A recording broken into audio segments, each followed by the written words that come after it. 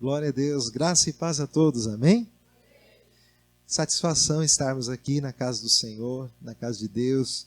É tão bom a gente poder falar da palavra de Deus. É tão bom a gente poder compartilhar do maná diário, que é a palavra do Senhor na nossa vida, amém? Como o Samir disse, a gente já se conhece há 15 anos, né? Um tempo aí muito bom. Já temos um amadurecimento aí de conhecimento, de amizade. E a gente só conhece uma pessoa, né? Eu tinha um amigo meu que falava assim, a gente só conhece o outro quando a gente come 1 quilo de sal junto, né? Eu posso dizer para vocês que eu já comi vários quilos de sal junto com o Samir, né? Churrasco e tudo mais, né? Né? Foi muito bom a gente estar comendo esse quilo de sal junto. E é importante nós termos uma amizade, amém? A gente conhece os verdadeiros amigos nas horas mais difíceis da nossa vida, não é verdade? Quando nós estamos passando por momentos difíceis, quando nós estamos passando pelos momentos críticos da nossa vida, é nessa hora que nós vamos ver realmente quem são os nossos verdadeiros amigos.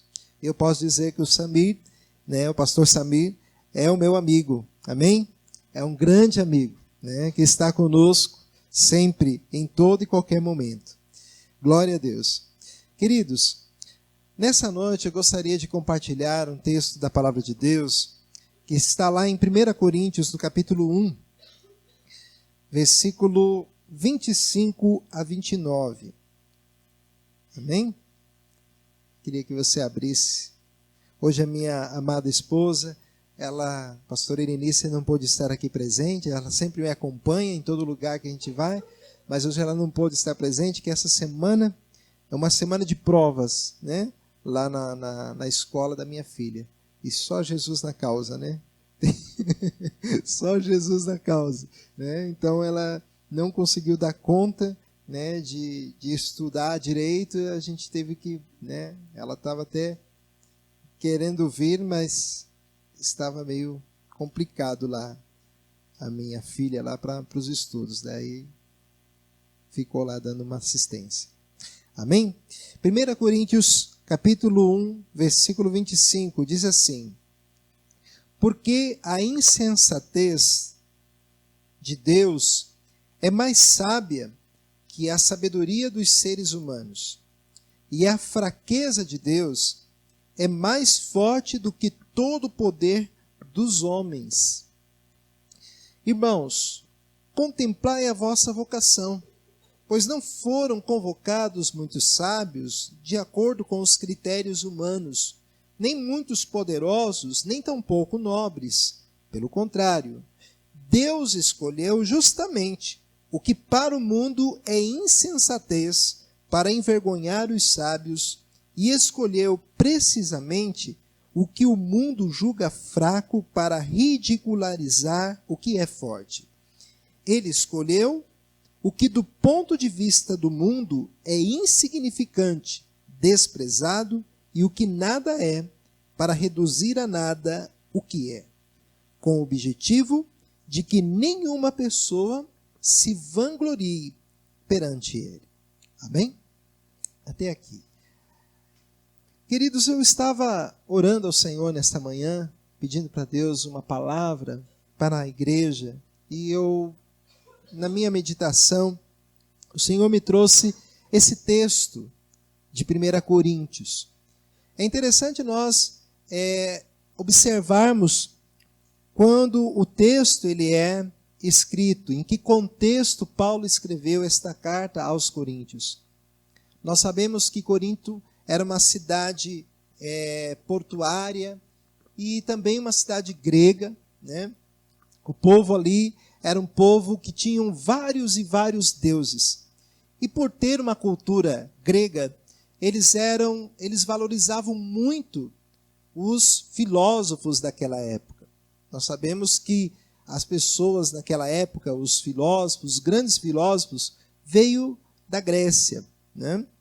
E eles tinham muita sabedoria.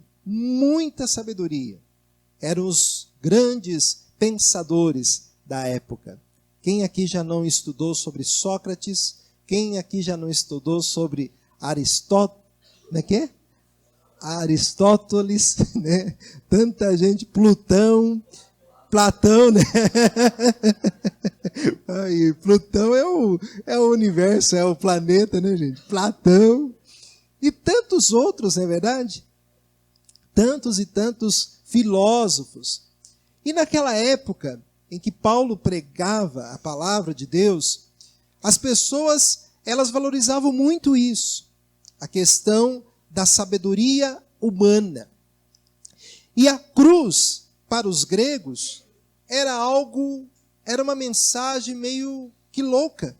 Como pode, né, pregar Jesus, o Cristo, e este crucificado? Para os judeus também era algo inconcebível, porque os judeus estavam aguardando o Messias, né? Alguém que viesse com grande poder, com grande glória, né? Os judeus estavam aguardando um grande libertador que viesse então e derrubasse ali o Império Romano que estava naquela época. Mas para os coríntios, então, era algo assim difícil de aceitar a mensagem da cruz. Eles tinham uma dificuldade.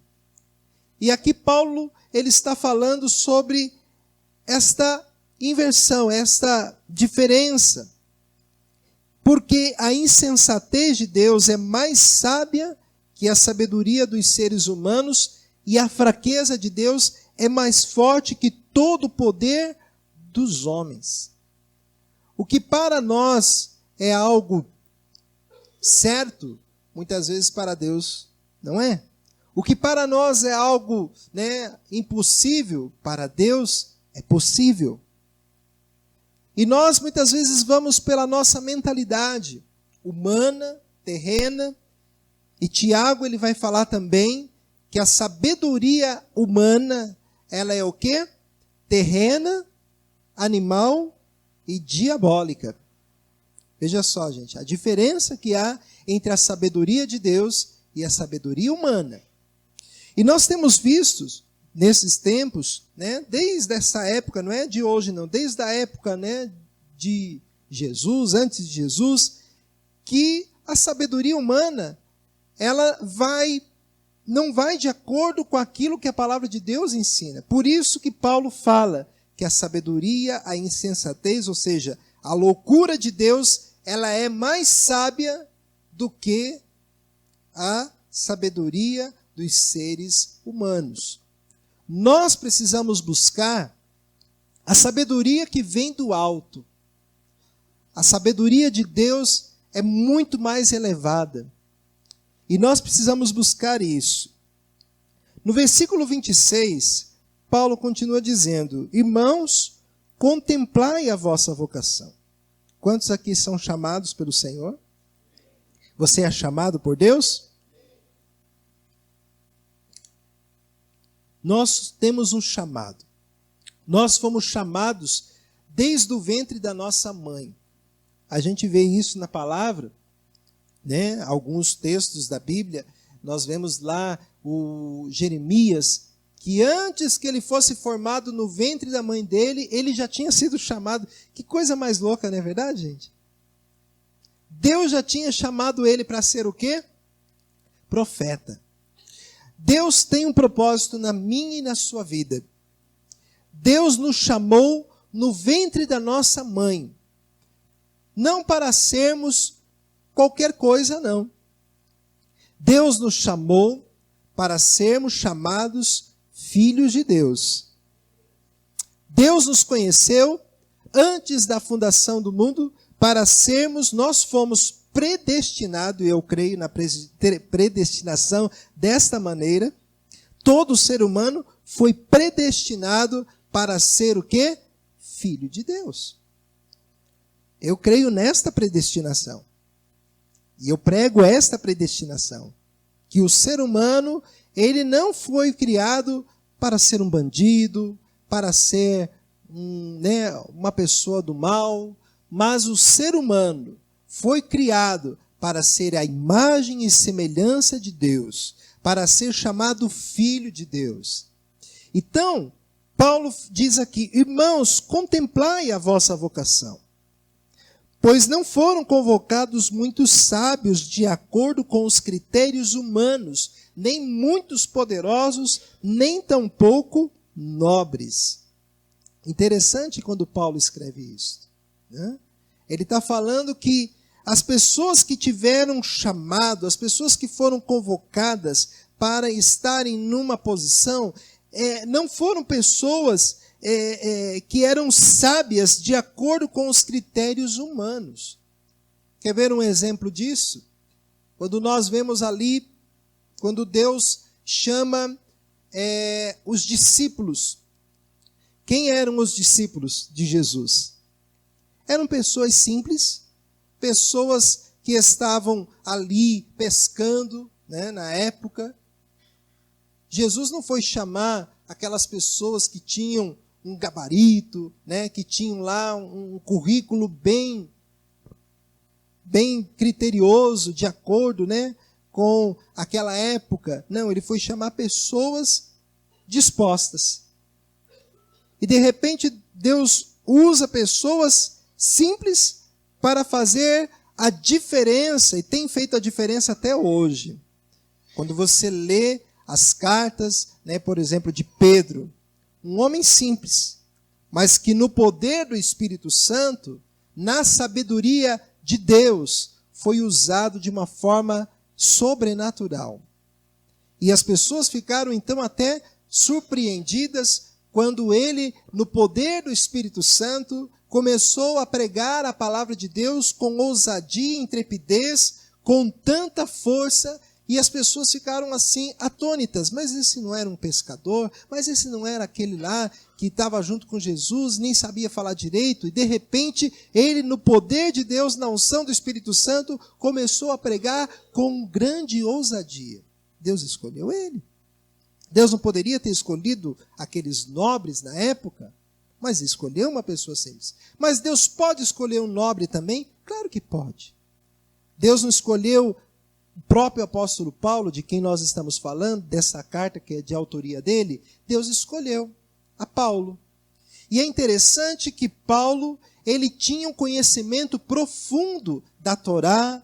Ele foi criado aos pés de Gamaliel, um grande fariseu da época, um grande estudioso das Sagradas Escrituras da época, e ele era uma pessoa muito inteligente, muito sábia, humanamente falando, e também sábia no sentido de conhecer as Escrituras. Humanamente falando e naturalmente falando, ele seria a pessoa mais indicada para ser chamado a ser o apóstolo aos judeus, porque ele conhecia as Escrituras, conhecia as leis, conhecia, né, muito bem. Mas Deus inverteu. Deus pegou Pedro, que era uma pessoa que não tinha muito conhecimento, que era uma pessoa simples, que não era tão estudioso assim quanto Paulo, e fez ele o apóstolo aos judeus. Que loucura, não é verdade? E Paulo, que não tinha tanto conhecimento, Deus enviou ele para ser o apóstolo aos gentios. Nós, no lugar de Deus, nós iríamos pensar assim: poxa, então manda Pedro, né, para ser apóstolo aos gentios. Por quê? Pedro não conhece tanto assim o conhecimento das Sagradas Escrituras, então vamos mandar. Mas Deus fez isso. Muitas vezes nós olhamos na igreja, no contexto da igreja, e nós olhamos algumas coisas e a gente pensa assim: por que as coisas não acontecem desse jeito?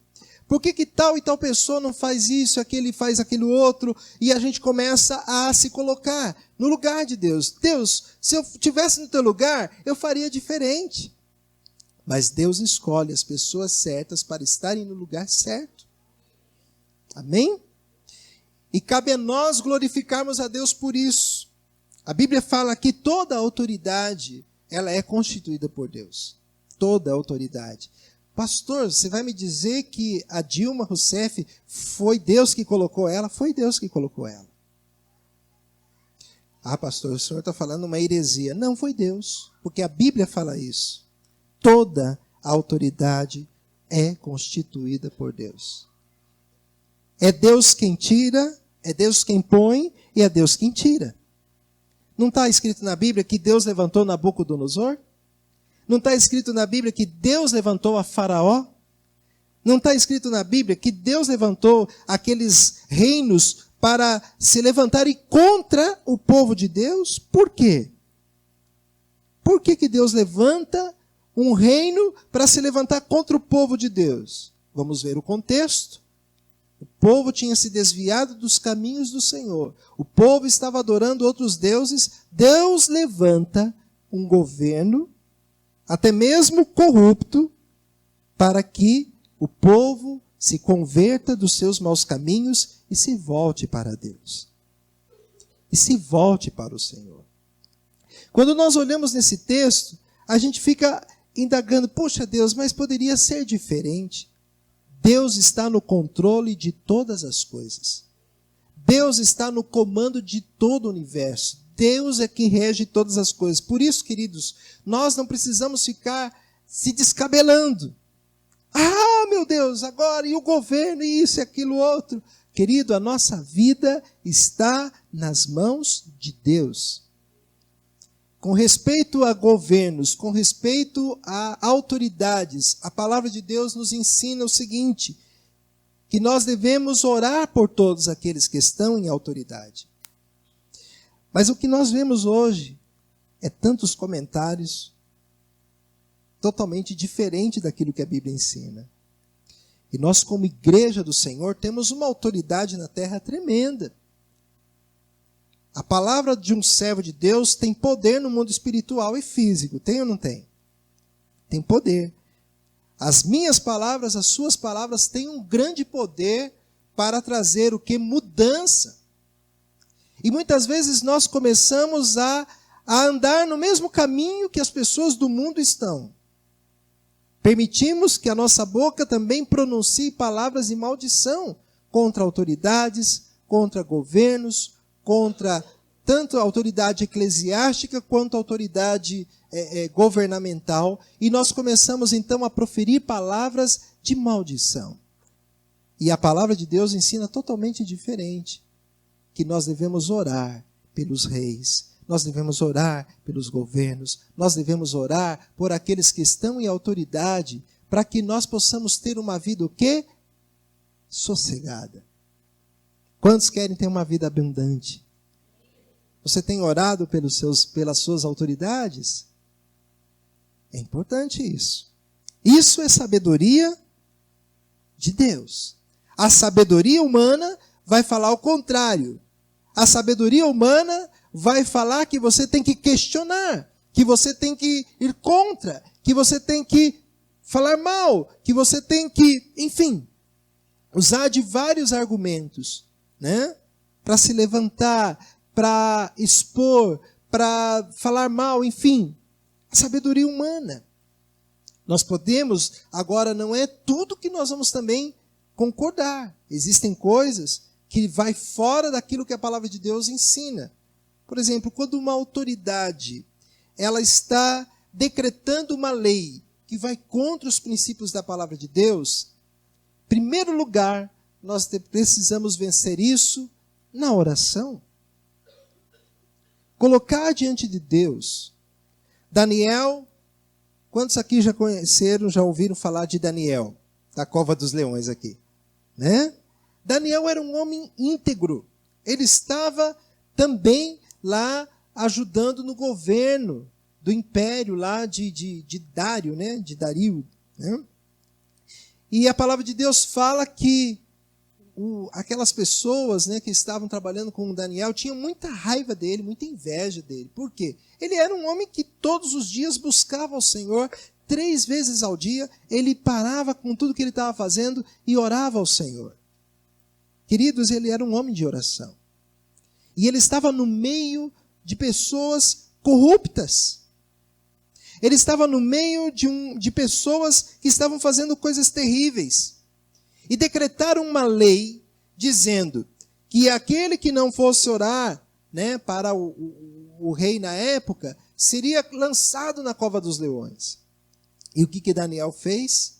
Ele viu que aquilo lá estava contra a palavra de Deus. Estava contra o princípio que ele acreditava. Sabedoria humana. Animal, terrena e diabólica. E chegaram para ele e falaram assim, olha aqui Daniel, está aqui um documento dizendo que você não pode orar. Ele gritou com aquelas autoridades? Não. O que ele fez? Aí que ele foi orar. Ele foi buscar a presença de Deus. Ele foi se derramar na presença do Senhor.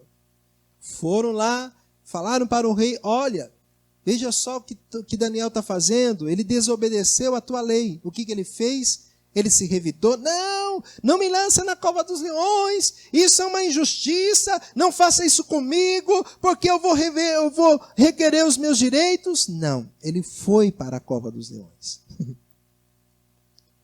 Mas lá na cova dos leões, a glória de Deus se manifestou.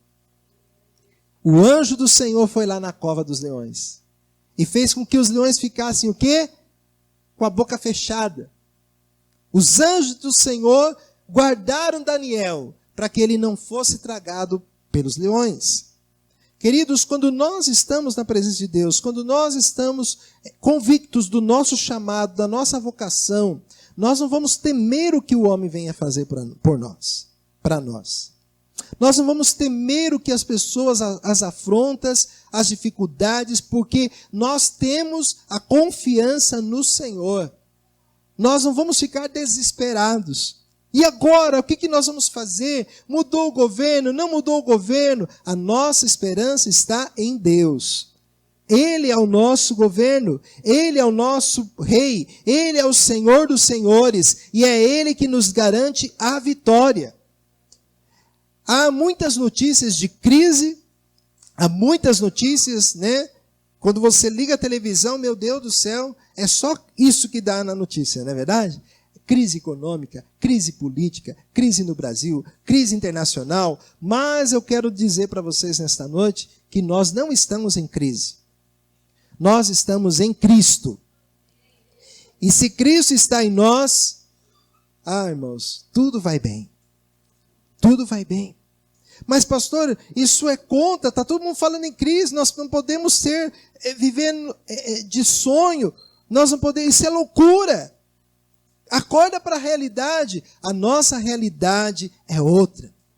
Você está assentado nas regiões celestiais com Cristo Jesus, essa é a tua realidade. Você foi colocado como rei e sacerdote, você foi colocado como príncipe de Deus. Você não é qualquer pessoa, você é filho. E como filho você tem herança. E nós precisamos andar de cabeça erguida, sabendo que a nossa salvação vem do Senhor. A nossa esperança está em Deus. Nada pode nos atormentar, porque maior é aquele que está conosco. Amém?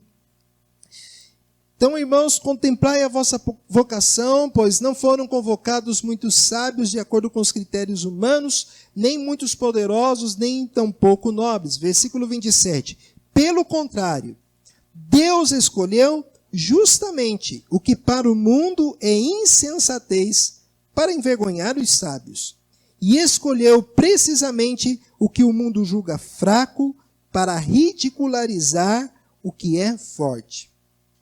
Interessante esse texto, porque quando você vai na Bíblia, você vai ver muitos exemplos de pessoas que foram escolhidas que não tinha nada a ver, né? Vamos lá para o Velho Testamento. Vamos ver lá um homem que morava em Ur dos Caldeus. Quem é esse homem? Quem que é? Abraão. Abraão, ele era um homem que estava morando numa cidade pagã, uma cidade que, né, adoravam muitos deuses, na antiga Mesopotâmia, né? Oi? Isso, que é o Iraque hoje.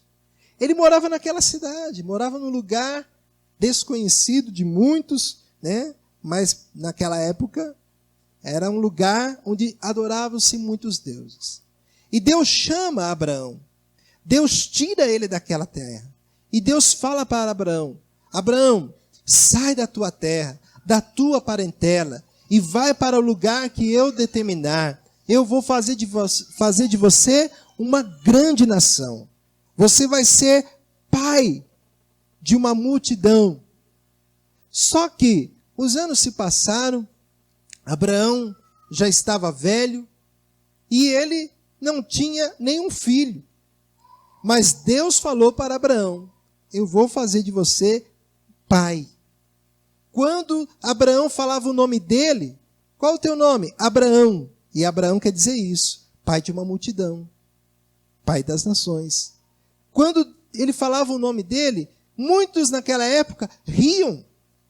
Como assim? Você não tem nenhum filho, não tem nenhum herdeiro?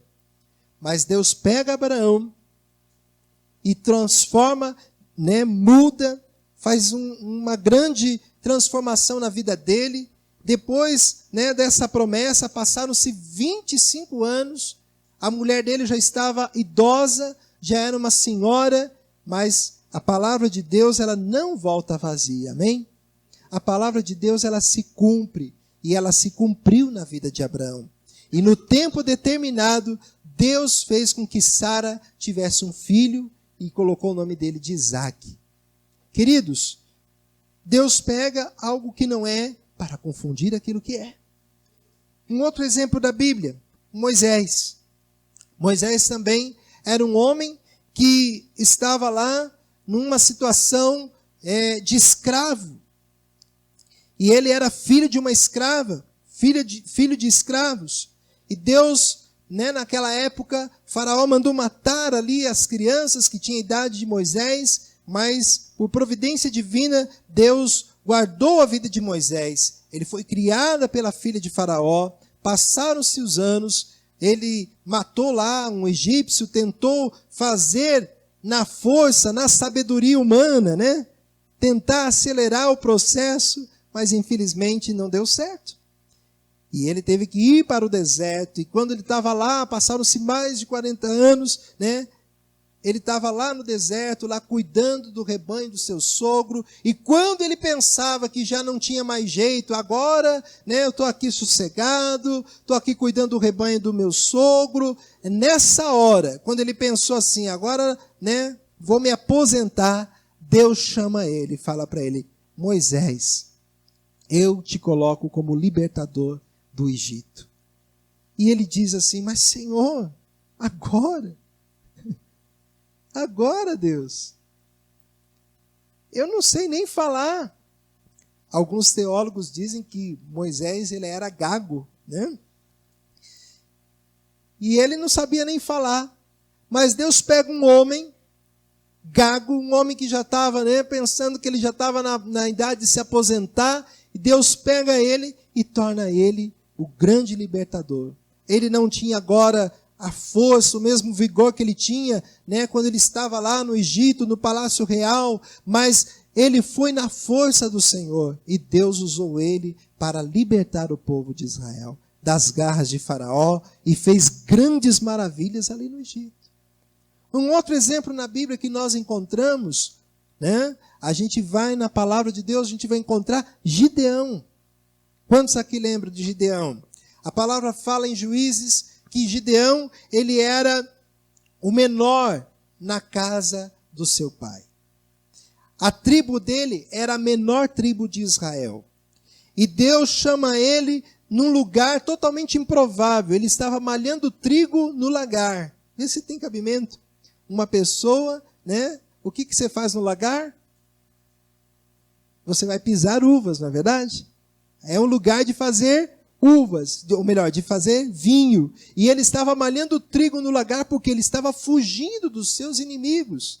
Os inimigos de Israel estavam perseguindo o povo de Israel, e ele estava no lugar ali se escondendo, com medo de tudo e de todos, e Deus fala para Gideão: varão valoroso. O anjo do Senhor se apresenta para Gideão e fala: varão valoroso, eu te escolhi para você libertar o povo de Israel. E ele fala para aquele anjo: como assim? Como eu fui escolhido? Eu não tenho capacidade, eu não tenho condições, a minha família é a menor família de Israel, eu sou o menor da minha família, e também a tribo é a menor tribo de Israel, não tem condição, está fora de cogitação, eu não vou fazer isso. E ele pede sinais, e Deus dá sinal para ele. E ele foi na força do Senhor, e para a glória de Deus, com 300 homens, né? A história é longa, mas com 300 homens, ele libertou, né? Ele venceu os inimigos que eram vistos como gafanhotos, né? Diante do povo de Israel. Eles eram em muito mais números, mas somente com 300 homens ele venceu aqueles inimigos que se levantavam contra Israel. Queridos, percebe que na palavra de Deus, eu tenho muitos exemplos para dar na Bíblia. Davi, né, que estava lá também, cuidando das ovelhas, era o menos provável para ser o rei. Ele nem tinha idade para ser rei. Mas Deus escolheu Davi para ser o rei no lugar de Saul. Percebe, queridos, que Deus escolhe as coisas que não são da forma como nós pensamos. Você está aqui hoje, eu quero dizer que é um privilégio você estar aqui. É uma honra você estar aqui. Muitos poderiam estar no teu lugar, mas Deus te escolheu. Não é verdade? Deus te ama tanto e Deus te chamou para esse lugar para que você realmente desenvolva o chamado que existe dentro de você. Existe uma sede, uma fome pela presença de Deus. E isso deve ser cultivado, isso deve ser mantido, para que você possa realmente fazer a diferença neste lugar, neste bairro, nessa cidade, nesta nação.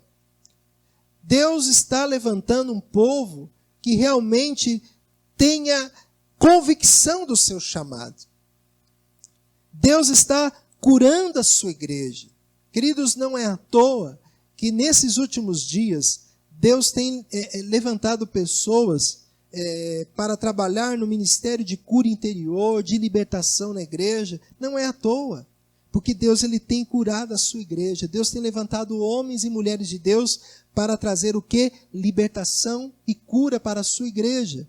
Para que nós não venhamos ficar mais com medo das coisas que acontecem, porque Deus está levantando um exército de adoradores, um exército de homens e mulheres de Deus que não vão ter medo das coisas que o inimigo vai fazer.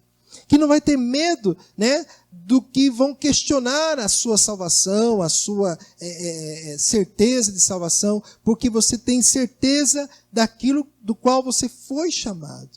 Deus tem levantado, né, não é um modismo, o discipulado. É uma bênção o discipulado na igreja, sim ou não? É uma bênção.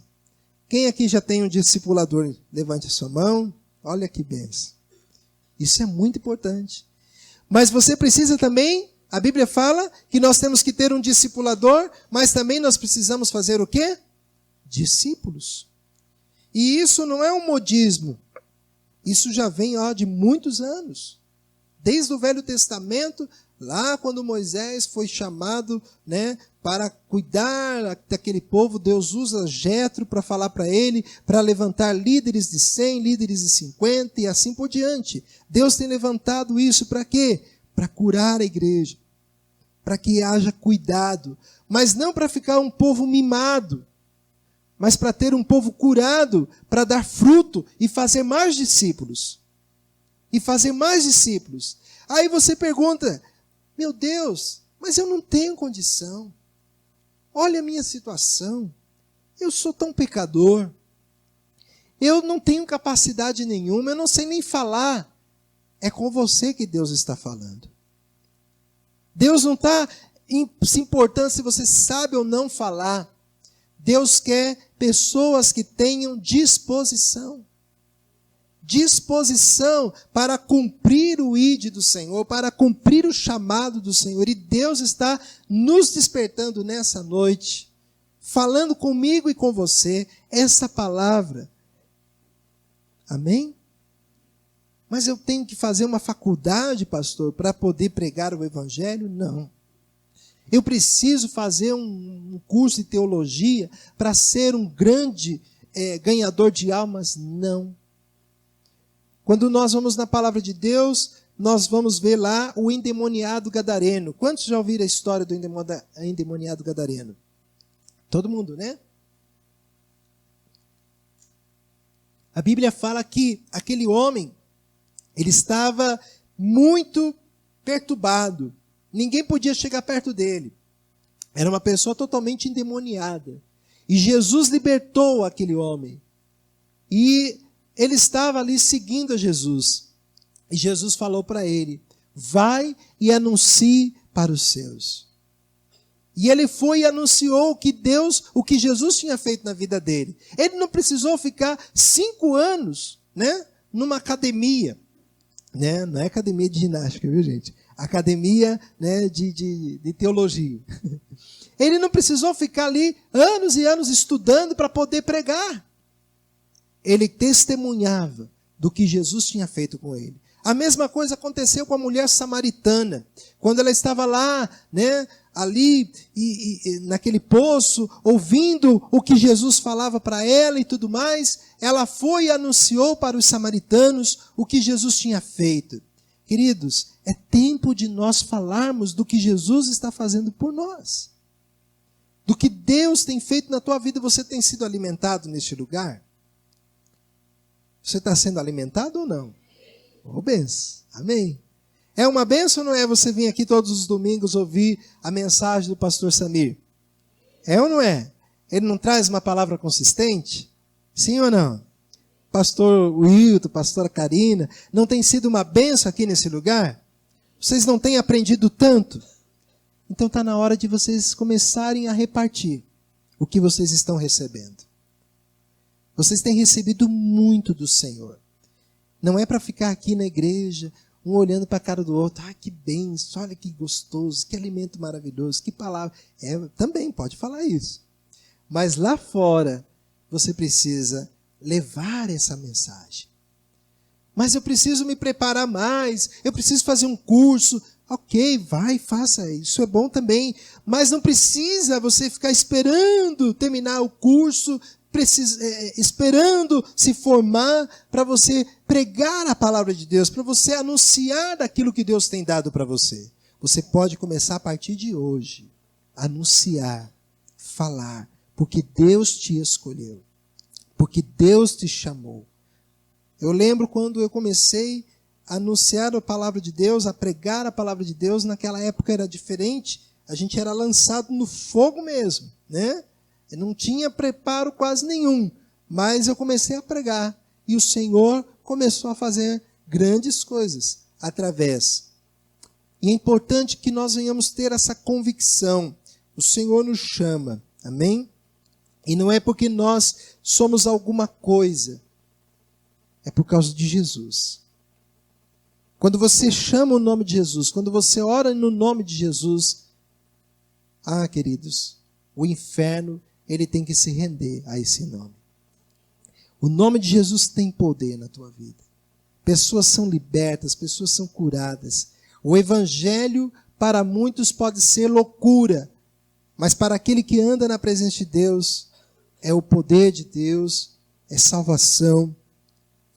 E a palavra também nos fala no versículo 28, ele escolheu o que do ponto de vista do mundo é insignificante, desprezado e o que nada é, para reduzir a nada o que é. Às vezes nós nos sentimos assim, insignificantes, né? Desprezado. Talvez eu estou falando com alguém que esteja assim, que se sinta assim. Talvez lá na tua casa você é o desprezado. No trabalho você é o que, né, não tem muita significância. Mas foi você que Deus escolheu. É você que Deus chamou. Mas o outro é melhor, manda o outro. É com você. Deus te trouxe aqui porque Ele te ama. E Ele quer te usar da maneira como você é. Com os teus dons, até com os teus defeitos. Pastor, mas eu tenho tanto defeito. Deixa a luz de Deus brilhar em você, cada dia mais. Deixa a palavra de Deus entrar no mais íntimo do teu ser. Deixa que o Espírito Santo venha trabalhar. O Espírito Santo, quanto mais você se aproximar de Deus, quanto mais você se aproximar da luz, mais você vai ser limpo, mais você vai ser iluminado. A palavra de Deus ela é comparada como água, né? Jesus é a água da vida.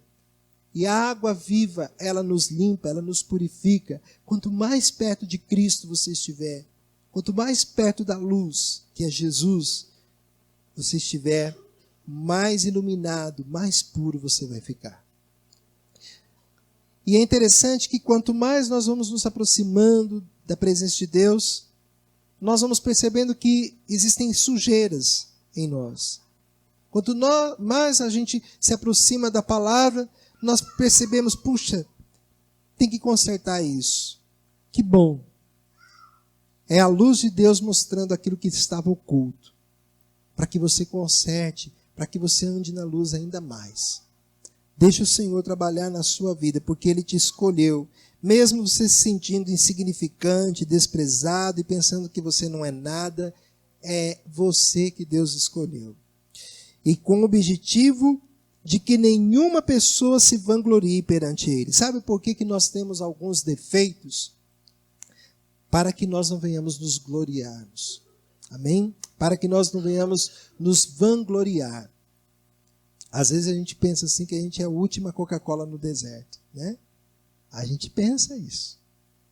Eu sou a última Coca-Cola no deserto. Eu sou o último biscoito do pacote, né? Mas não, queridos. Até nisso Deus é glorificado. Existem situações, né, na nossa vida. Esses dias eu estava brincando, né? Só abrindo parênteses aqui, brincando um pouquinho. Esses dias eu estava falando para minha esposa, poxa vida, Deus tem pessoas, né, que elas são assim, se ela não é tão bonita, ela é inteligente, né? Se ela é muito bonita, ela é menos inteligente, né? Esse dia eu estava brincando isso com a minha esposa. Né? Aí esses dias eu estava falando com ela, mas tem gente que é tão bonita e é inteligente também, né? Né? Aí eu estava falando assim para ela, né? Puxa, amor, olha só para mim. Eu sou bonito e inteligente. Tô brincando, gente, né? Mas enfim, né? Às vezes tem coisas, né, que a gente não gosta muito. Tem uns que olham assim, eu era uma pessoa muito complexada quando era mais jovem, né? Graças a Deus fui curado dos complexos, né, e tudo mais. Mas enfim, até nesses complexos que nós temos, né? Deus usa essas coisas até mesmo para nos aperfeiçoar, para que a gente não venha se vangloriar, né? Porque daí nós vamos depender totalmente do Senhor. Nós vamos depender totalmente dele. Cada um de nós aqui temos algum ponto que nós não gostamos em nós. Ou todo mundo se ama por completo. Não tem alguma coisa que você, puxa vida, poderia melhorar? Que bom. Quando a pessoa tem uma imagem totalmente, né, enaltecida, tem alguma coisa errada. Daí eu vou usar da psicologia que tem alguma coisa aí, né? Uma autoimagem elevada está errado. Uma baixa autoestima também está errado. Então precisa ter o quê? O equilíbrio. E nós precisamos entender isso. Deus usa essas coisas também para nos aperfeiçoar. Amém, queridos? E antes de encerrar, eu queria que você abrisse lá também comigo, em Isaías 55, 8 a 9.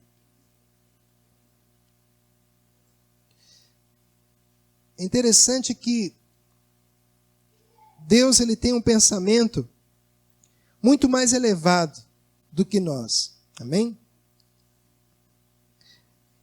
Isaías 55, 8 e 9 diz assim: Afinal, os meus pensamentos não são os vossos pensamentos, e os vossos caminhos não são os meus caminhos, afirma Yahvé, o Senhor. Assim como os céus são mais altos do que a terra, assim também os meus caminhos são mais altos do que os vossos caminhos, e os meus pensamentos mais altos do que os vossos pensamentos. Glória a Deus. Os pensamentos de Deus são infinitos. Os pensamentos de Deus são muito mais elevados. Às vezes nós temos um projeto, às vezes nós temos um pensamento, mas esse pensamento, querido, o pensamento de Deus vai muito mais além. Nós temos um pensamento limitado. Deus é um Deus infinitamente mais. Amém? Então, esses pensamentos que nós temos, às vezes ele é assim, fechado. Mas Deus quer que você amplie a tua visão. Deus quer que você tenha um pensamento muito mais elevado. Amém? Outro versículo interessante que nós vamos ler aqui também. Jeremias 29, do 11 ao 13.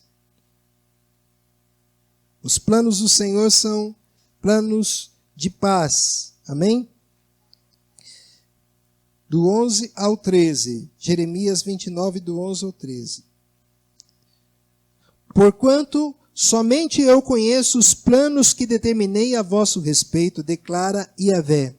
Planos de vos fazer prosperar e não de vos causar dor e prejuízo. Planos para vos dar esperança e um futuro melhor. Então me invocareis e chegareis a mim para orar, e eu vos darei toda a atenção. Vós me buscareis e encontrareis, quando me buscardes de todo o vosso coração. Amém? Sabe quais são os planos do Senhor a teu respeito? São planos de paz. São planos de bênção. Amém? E não de mal. Deus tem um futuro melhor para você, meu irmão. Deus tem um futuro melhor para mim. E essa é a nossa esperança. Nós precisamos confiar no Senhor. Independente daquilo que esteja acontecendo no cenário político, independente daquilo que esteja acontecendo, a circunstância, nós precisamos confiar na palavra de Deus e usar a palavra de Deus e exaltar a palavra de Deus na nossa casa, no nosso trabalho, aonde nós moramos, em todo lugar que nós formos. Nós precisamos brilhar, nós precisamos ser luz, nós precisamos fazer a diferença, porque você foi chamado pelo Senhor. Não porque você é melhor do que todo mundo, mas é porque Deus tem um propósito na sua vida. Não porque você é o mais bonito de todo mundo, é porque Deus te ama do jeito que você é, porque você tem Cristo no teu coração. E quando você tem Jesus no teu coração, quando você recebe Cristo no teu coração, todos aqui já receberam Cristo no coração? Amém? Todos aqui já confessaram Jesus como único e suficiente Salvador e Senhor? Amém? Que bom. Então, se você tem Jesus no teu coração, você precisa brilhar. Você precisa mostrar a diferença. Deixa que o Espírito Santo te conduza, a pastos verdes. Amém? A águas tranquilas. Deixa que o bom pastor, conduza a tua vida. E não permita que as pessoas, que a circunstância venha dizer o contrário. Ah, meu Deus, mas eu sou desprezado. Ah, mas eu sou isso. Vai por aquilo que a palavra de Deus fala. Os planos do Senhor a teu respeito são planos de paz e não de mal. Amém? Vamos nos colocar em pé.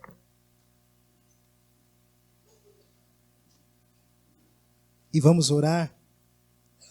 Neste momento, eu queria que você colocasse a mão no teu coração. Fechasse os seus olhos neste momento.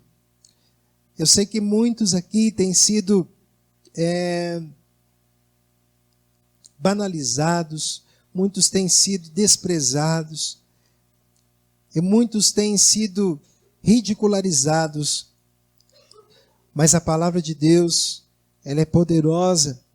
E nessa noite o Espírito Santo falou ao teu coração. Ele te chama, meu irmão. Ele te chamou. Ele te concebeu, Ele tem um plano de paz e não de mal em sua vida. O Senhor te chamou, o Senhor te escolheu. E não permita que nada venha tirar você do propósito que Deus tem para a tua vida. Não permita que as circunstâncias, que as dificuldades venham abalar a você. O Senhor te ama, o Senhor te quer, o Senhor te chamou. Fale com Deus neste momento, apresente-se ao Senhor neste momento. Você é filho de Deus, você é escolhido pelo Senhor. O propósito nesta noite dessa palavra é para que você tenha certeza do teu chamado. É para que você tenha certeza da vocação que Deus te deu. Talvez você possa dizer assim, mas poxa vida, será que eu tenho alguma coisa, eu posso ser usado? Pode, querido. Deus te chamou. E Deus está te chamando para que você venha ter ainda um tempo com mais intimidade com Ele. Um tempo de mais profundo relacionamento com Ele. Na intimidade da palavra, na oração, na busca do Senhor. Deus quer se revelar a você intimamente. Deus quer mostrar a vocês grandes coisas. Isto é só o começo.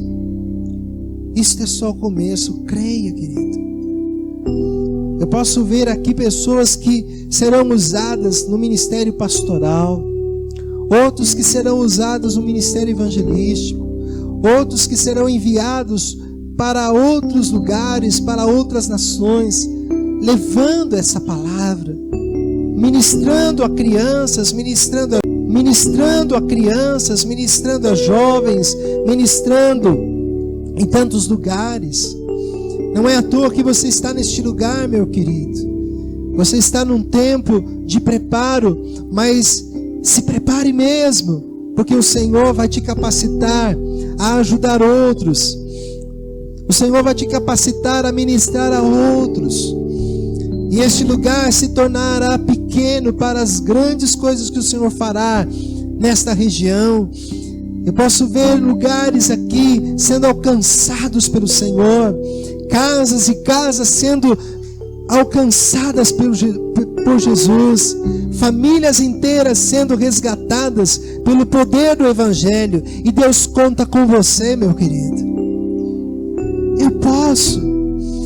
Eu tenho condição, será que eu posso fazer? Pode, querido. Tem lugar para você na casa de Deus, tem lugar para você. O Senhor está buscando homens e mulheres que estejam dispostos. Assim como Ele falou, quando Isaías entrou no templo, o Senhor falou: a quem há de ir? A quem enviarei? E quem há de ir? Isaías disse: eis-me aqui, envia-me a mim. Será que você pode dizer isso nessa noite? Eis-me aqui, Senhor. Eu respondo ao teu chamado. Eu digo sim ao teu chamado. Eu digo sim àquilo que o Senhor tem para a minha vida. Eu posso não estar tão qualificado, mas eu digo sim. Eu digo sim, eu digo sim, eu digo sim. Eu queria que você nessa noite, querido, você que quer ter ainda um tempo maior com Deus, você que realmente precisa de ter essa convicção, de ter essa certeza, eu gostaria que você tomasse uma atitude de fé. Talvez você está inseguro, e quando você tomar essa atitude de fé, será feita essa oração por você, para que você possa ter segurança, certeza do teu chamado. Eu gostaria de convidar você para vir aqui na frente. Senhor, eu preciso de ter segurança, eu preciso de estar mais perto, eu preciso de ter certeza. Então vem aqui na frente, você que quer receber uma oração, em nome de Jesus. O Senhor tem chamado homens e mulheres